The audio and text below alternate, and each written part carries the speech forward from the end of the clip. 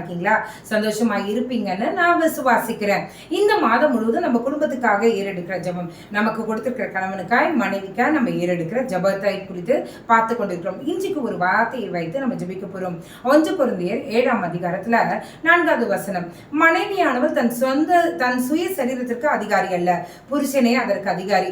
அப்படியே புருஷனும் தன் சுய சரீரத்துக்கு அதிகாரி அல்ல, மனைவியே அதற்கு அதிகாரி. அப்படின்னா என்ன அர்த்தம்னா, உங்களுடைய உங்க ஹஸ்பண்ட் தான் உங்களுடைய உடம்புக்கு அதிகாரி, அதே மாதிரி உங்க மனைவி தான் உங்க உடம்புக்கு அதிகாரி. நீங்க எதை செய்யறதுனாலும் உங்க மனைவி கிட்ட சொல்லிட்டு நீங்க செய்யுங்க. நீங்க எதை செய்யறதா இருந்தாலும் உங்க கணவனுக்கு சொல்லிட்டு செய்யுங்க. ஃபார் எக்ஸாம்பிள், முடி வெட்டுறதா இருக்கட்டும். நீங்க இந்த காலம் எப்படின்னா, ஜனங்களை பாவத்துக்குள்ளாக தள்ளி கொண்டிருக்கிறது. மனைவிக்கு தெரியாம டாட்டூ போடுறது, இது ஒரு சந்தோஷம் நினைக்கிறாங்க. வேதத்தின்படி டாட்டூ போடுறது தவறு. இதை பார்த்து கொண்டிருக்கவங்களே உங்களை பார்த்து நேரடியாக சொல்கிறேன், மனைவிக்கு நீங்கள் கையில் டாட்டு போட்டுக்கிறது, காலில் கழுத்தில் டாட்டு போடுறது, இல்லை மற்றவங்களை கேட்ச் பண்ணுற மாதிரி டாட்டு போடுறதே தவறு. வேதத்தின்படி அது தவறு. அதே மாதிரி மனைவியே உங்கள் ஹஸ்பண்டோட நாலேஜ் இல்லாமல் நீங்கள் போய் ஹேர் கட் பண்ணிக்கிறது, இதை பண்ணுறது அதை பண்ணுறது, நோ.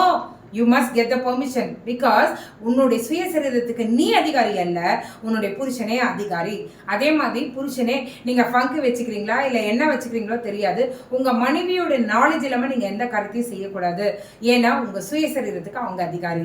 நம்ம நிறைய பேர் நம்மளே அதிகாரத்தை எடுத்துக்கிட்டு நம்மளே பண்ணுவோம், மாற்றிக்கொள்வோம். உங்கள் ட்ரெஸ்ஸிங்காக இருக்கட்டும், உங்களுடைய மற்ற காரியங்களாக இருக்கட்டும், உங்களுடைய மனைவி இடத்துல உங்களுக்கு கொடுத்துருக்கிற புருஷன் இடத்துல கலந்து ஆலோசித்து காரியங்களை செய்யும்போது அது சந்தோஷம் உள்ளதாய் நிலைத்திருக்கிறதாய் அது இருக்கும். ஜெபம் பண்ணலாமா?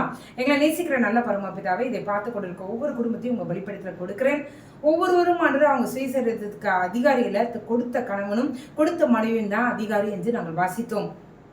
அநேக முறை மனைவிடத்திலே கணவனிடத்திலே கேட்காமல் நாங்கள் எங்களுடைய காரியங்களை செய்தது உண்டு.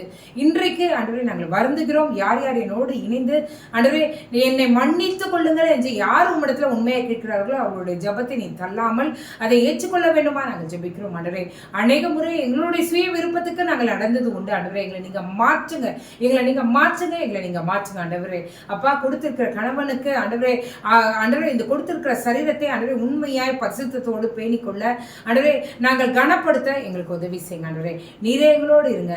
காலை எழுந்து உங்க நாமத்தை மகிமைப்படுத்த கிருபை செய்யுங்க. இயேசுவின் மூலம் ஜெபம் கேளும் நல்ல பரமபிதாவே. ஆமென், ஆமென், ஆமென். God bless you.